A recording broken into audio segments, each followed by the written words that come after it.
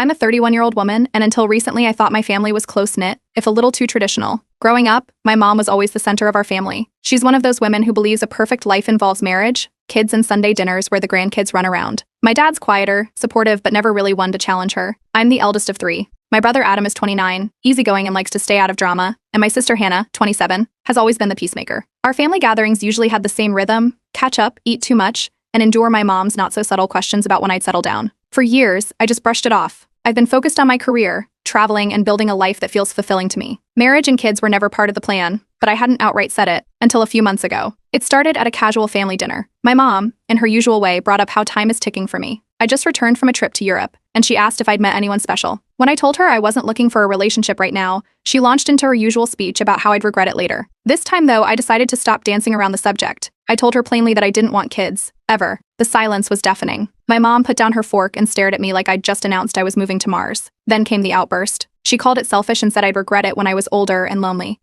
My dad kept his head down, cutting his food like he hadn't heard a thing. Adam and Hannah exchanged looks but didn't say much, probably hoping it would blow over. I tried to explain my reasons, how I love my freedom, how I'm financially stable, and how I've just never felt that pull toward motherhood. But my mom wasn't having it. She started throwing around phrases like family duty and carrying on the legacy. At one point, she said it was my responsibility as the eldest. That's when I realized this wasn't just a difference of opinion for her, it was a full-blown betrayal. The weeks after that dinner were tense. My mom didn't bring it up directly again, but she didn't have to. She'd drop comments like, "You'll change your mind when you meet the right person," or "You're just saying that because you're too focused on work." She'd sigh dramatically whenever I mentioned a trip or something exciting about my career, saying, "It's a shame you won't have anyone to share it with." I thought Thanksgiving might be a chance to reset, but instead it turned into round two. During dinner, my mom brought up how much she was looking forward to having grandkids one day. She turned to me and said, "But I guess I can't count on everyone to make that happen." The room went dead silent. I told her I didn't appreciate the comment and asked her to drop the subject. That's when she accused me of ruining the family legacy. I told her firmly that it was my life and my choice, and I wasn't going to apologize for it. She got quiet but gave me that look, like I'd stabbed her in the heart. After dinner, she pulled me aside and told me she couldn't understand how I could reject everything she worked so hard to build. She said if I didn't change my mind, she'd have no choice but to reconsider my place in the family. It got worse from there. A few days later, she called a family meeting.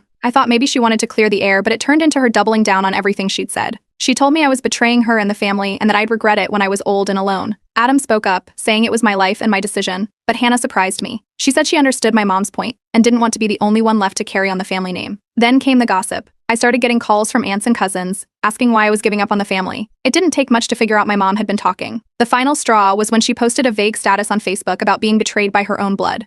She didn't name me, but everyone in the family knew exactly who she was talking about. By then, I was done. I told her that if she couldn't respect my boundaries, I'd have to start limiting contact. She responded with a dramatic, "If you cut me out of your life, don't expect me to keep you in mind."